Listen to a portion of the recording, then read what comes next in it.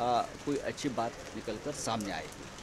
कांग्रेस से मिलना नहीं चाहती, ऐसा दूरियां बढ़ती जा रही ये कांग्रेस, देखिए कांग्रेस के नेतागण तो दिल्ली में है, मुंबई में नहीं है। मैंने देखा था इसमें सोनिया गांधी जी से भी उनकी बातचीत हुई थी और मिला हुआ था, लेकिन वो अपने खुद की राजनीति है, पश्चिम बंगाल की राजनीति है, मैं उसके ऊपर भाष्य नहीं करूँगा। लेकिन हम सबको एक साथ आकर ही मुकाबला करना पड़ेगा। जिस तरह से भाजपा ईडी और एनसीबी का इस्तेमाल कर रही है उस पर भी कुछ चर्चा हुई। ममता जी ने कहा और आदित्य ठाकरे जी ने भी कहा कि जो भारतीय जनता पार्टी के प्रमुख कार्यकर्ता हथियार हैं, CBI, ED, income tax, NCB, सभी केंद्रीय एजेंसी जो महाराष्ट्र में टेरराइज कर रहे हैं सरकार को, हाँ, डिस्टर्ब कर रहे हैं, अस्थिर कर रहे हैं, ये सब हथकंडे पश्चिम बंगाल में भी ये लोग अपना रहे हैं।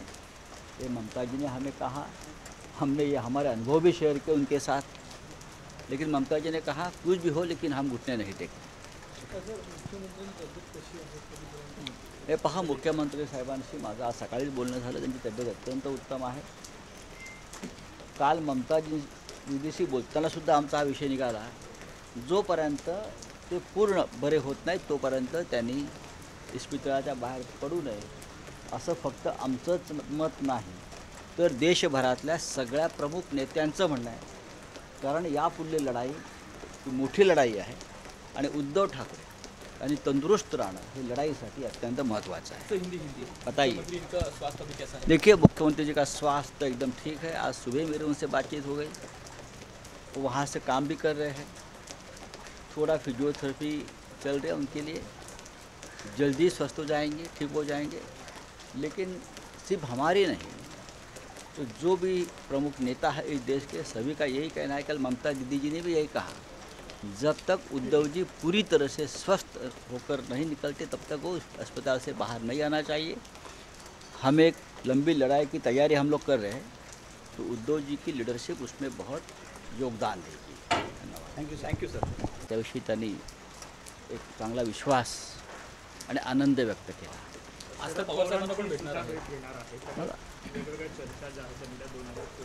आहेत ना, ते बघा की ममता बॅनर्जी या खूप मोठ्या नेत्या आहेत, जरी त्या पश्चिम बंगालच्या मुख्यमंत्री असल्या तरी ज्या पद्धतीने त्यांनी पश्चिम बंगालमध्ये एका वाघिणीसारखी झुंज दिली आणि सगळ्या लांडग्यांना पळवून लावलं, ते पाहता की संपूर्ण देश आज ज्या प्रमुख लोकांकडे पाहतोय त्याच्यामध्ये उद्धवजी ठाकरे आहेत, महाराष्ट्राचे मुख्यमंत्री, ममता बॅनर्जी आहेत, माननीय शरद पवार साहेब आहेत, जे सतत सगळ्यांना एकत्र घेऊन निर्णय घेत असतात। त्याच्यामुळे नक्की शरद पवार साहेब आणि ममता दीदींची भेट ही देशाच्या राजकारणाच्या दृष्टीनं सुद्धा तितकीच महत्त्वाची आहे। कारण माननीय पवार साहेबांच्या उंचीचा राजकीय दृष्ट्या अनुभवात इतका आज एकही नेता आपल्या देशात नाही। त्यांचा अनुभव प्रचंड दांडगा आहे, व्यासंग दांडगा आहे आणि अनुभव हे नेहमीच काम करत असतो। त्याच्यामुळे ममता दीदी पवार साहेबांना भेटत असतील तर त्याचं आम्ही स्वागत करतो। ममता दीदी काँग्रेसपासून दुरावले एक पत्रकार म्हणून तुम्हाला काय वाटतं की काँग्रेसपासून दुरावा वाढला? हा त्याचा पश्चिम बंगालमधला एक राजकीय विषय आहे। पश्चिम बंगालमध्ये दावेही भुईसपाट झाले, काँग्रेसचं अस्तित्व संपलेलं आहे, इतर कोणते पक्ष राहिलेले नाहीत। जो भारतीय जनता पक्ष तुतारा फुंकत वाजत गाजत त्यांचं जे बेंडबाजा पथक तिथं आलं होतं, तर त्यांच्या बेंडबाजातली हवाई ममता दीदीने काढून घेतली आणि एक प्रचंड असा ऐतिहासिक विजय प्राप्त केला। आणि जो भारतीय जनता पक्षाचे लोक तिथे निवडून आले त्यातसुद्धा फाटाफूट होऊन बरेचसे लोक परत ममता दीदीकडे गेले। काँग्रेस तिथे नाही आहे। ममता दीदी ह्या मूळच्या काँग्रेसच्याच आहेत, काँग्रेसमधूनच त्या बाहेर पडल्यात। हे त्यांचा आणि काँग्रेसचा वाद आहे, तो नक्कीच आहे। पण तरी आम्हाला असं वाटतं जर एक समर्थ अशी आघाडी आपल्याला उभी करायची असेल, जे शरद पवार साहेबांचं मत आहे अनुभवी नेते म्हणून, तर आपल्याला सगळ्यांना एकत्र घेऊनच जावं लागेल। हे सगळे जे आहेत भाजपचे कार्यकर्ते, प्रमुख कार्यकर्ते भारतीय जनता पक्षाचे, ED, CBI, income tax, NCB, हे जे दहशतवाद निर्माण करत आहेत, सरकार अस्थिर करण्याचा प्रयत्न करत आहे, सरकार डिस्टर्ब करण्याचा प्रयत्न करत आहे, अशाच प्रकारचं महान कार्य हे भाजपचे कार्यकर्ते पश्चिम बंगालमध्ये करतायत हे दीदीने सांगितलं. आणि दीदी असंही म्हणाले की आम्ही त्यांना पुरून उरलेलो आहोत आणि उद्धव ठाकरे यांच्या नेतृत्वाखाली महाराष्ट्रसुद्धा या दहशतवाद्यांशी सरकारी सामना करेल याची खात्री आहे असं त्यांनी सांगितलं. मराठा आणि बांगला दीदीने घोषणा दिली, जय मराठा जय बांगला. ही दोन्ही राज्य एकत्रितपणे लढतील अन्यायाशी असत्याशी आणि विजयी होतील असा त्यांनी विश्वास व्यक्त केला. आज दिवसभर त्या मुंबईमध्ये आहेत. काही उद्योगपतींच्या गाठीभेटी घेणार आहेत, इतर काही मला वाटतं पत्रकारांशी संवाद साधतील. पण ओळखाची भेट जी आहे ही उत्तम झाली आणि त्यांनी बाळासाहेब ठाकरेंची आवर्जून आठवण केली आणि बाळासाहेब ठाकरेंचं कार्य उद्धव ठाकरे कसं पुढे नेत आहेत याच्याविषयी त्यांनी एक चांगला विश्वास आणि आनंद व्यक्त केला.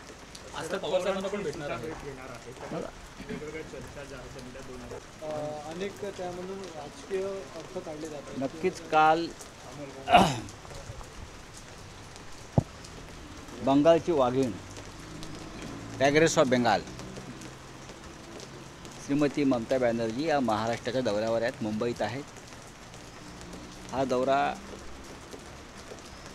मुंबईत शासकीय कामासाठी जरी असला तरी जेव्हा मुंबईत येतात तेव्हा त्या आवर्जून ठाकरे कुटुंबातील प्रमुख व्यक्तींची भेट घेतात. मागच्या वेळेला उद्धवजी आणि आदित्य भेटले होते. आम्ही त्यांना नेहमी भेटत असतो दिल्लीत किंवा कलकत्त्याला जाऊन. पण ममताजींचं स्वागत काल स्वतः आदित्यजींनी जाऊन केलं. त्यांना उद्धवजींना भेटण्याची तीव्र इच्छा होती मनापासून. पण अजूनही त्यांना उद्धवजींच्या इथे जे बायो बबल हा जो प्रकार आहे की बाहेरून कोणी जाऊ शकत नाही, त्याच्यामुळे ती भेट आम्ही टाळली आणि त्यांनी स्वतःही टाळली. आदित्यजींनी त्यांचे आशीर्वाद घेतले. आदित्यजींनी त्यांना उद्धवजींनी दिलेल्या भेटवस्तू दिल्या. म्हणजे महाराष्ट्र देशात जे किल्ल्यांचं एरियल फोटोग्राफी ते दिलं. मग ममता दिदींनी त्यांना आदित्यजींना एक सुंदर अशी फ्रेम भेट दिली. त्याच्यावरती रवींद्रनाथ टागोर आणि छत्रपती शिवाजी महाराज चितारलेल्या त्यांची काही भाष्य त्याच्यामध्ये आहे. टागोर आणि शिवाजी महाराज ही दोन्ही देशांचं प्रतीक आहेत, प्रतिष्ठेची प्रतीक आहे. चांगलं चर्चा केली, राजकीय चर्चा केली. खरं म्हणजे ममता दीदींनी सांगितलं की मी आल्याबरोबर सिद्धिविनायकच्या मंदिरात गेलो. त्या सिद्धिविनायकाच्या भक्त आहेत आणि उद्धवजींची प्रकृती लवकरात लवकर बरी होऊन ते कामाला लागावेत आणि राष्ट्रीय राजकारणात सक्रिय व्हावेत यासाठी मी प्रार्थना केली. हे आवर्जून दीदीने काल आम्हाला सांगितलं. नक्कीच राजकीय चर्चा झाल्या. ती चर्चा अत्यंत महत्त्वाची आहे. ज्या पद्धतीनं महाराष्ट्रामध्ये हे सगळे जे आहेत भाजपचे कार्यकर्ते, प्रमुख कार्यकर्ते भारतीय जनता पक्षाचे, ED, CBI, income tax, NCB हे जे दहशतवाद निर्माण करत आहेत, सरकार अस्थिर करण्याचा प्रयत्न करत आहे, सरकार डिस्टर्ब करण्याचा प्रयत्न करत आहे, अशाच प्रकारचं महान कार्य हे भाजपचे कार्यकर्ते पश्चिम बंगालमध्ये करतायत हे दीदीने सांगितलं. आणि दीदी असंही म्हणाले की आम्ही त्यांना पुरून उरलेलो आहोत. पॉलिटिकल कुछ ये है या फिर डेफिनेटली अगर ममता दीदी से बात होती है, ममता दीदी मुंबई में आई है, मुंबई में आकर उनका कोई सरकारी कामकाज भी है, यहाँ के उद्योगपतियों से मिल रही है कि बंगाल में उद्योगपति इनको न्योता दे रही है, ये अच्छी बात है. कल रात को ममता जी मुख्यमंत्री उद्धव ठाकरे जी को मिलना चाहती थी, लेकिन आपको मालूम है अभी भी वो अस्पताल में है, बायो बबल में है, तो कोई मिल नहीं सकता है, मेडिकल रिस्ट्रिक्शंस है. ममता जी ने भी ये स्वीकार किया है. ममता जी कल मुंबई में आकर सीधे सिद्धिविनायक मंदिर में जाकर उद्धव जी के लिए भगवान से प्रार्थना की, उनके स्वास्थ्य के लिए. कल रात हमारे प्रमुख नेता और मैं खुद स्वयं ममता जी से जाकर मिलकर बातचीत हो गई हमारी, और बहुत ही अच्छी बातचीत रही. पॉलिटिकल बातचीत रही। उद्धव जी ने बाला साहब ठाकरे जी को याद किया, उद्धव जी को शुभकामनाएं दी और बंगाल और महाराष्ट्र जय मराठा जय बांग्ला का नारा दिया। ये दोनों प्रदेश हमेशा अन्याय के खिलाफ लड़ने वाले प्रदेश हैं और ना कभी झुकेंगे ना घुटने टेकेंगे। हम दोनों मिलकर लड़ेंगे। इस प्रकार की शुभकामनाएं हमने एक दूसरे को दी है। 2024 के लिए तैयारी की बात हुई और बहुत सी बातें होती हैं। सर आज कांग्रेस से भी वो मिलने शरद पवार साहब से मिलना ये बड़ी बात है। महाराष्ट्र में मुंबई में आकर शरद पवार इस देश के आज के तारीख के सबसे बड़े नेता है।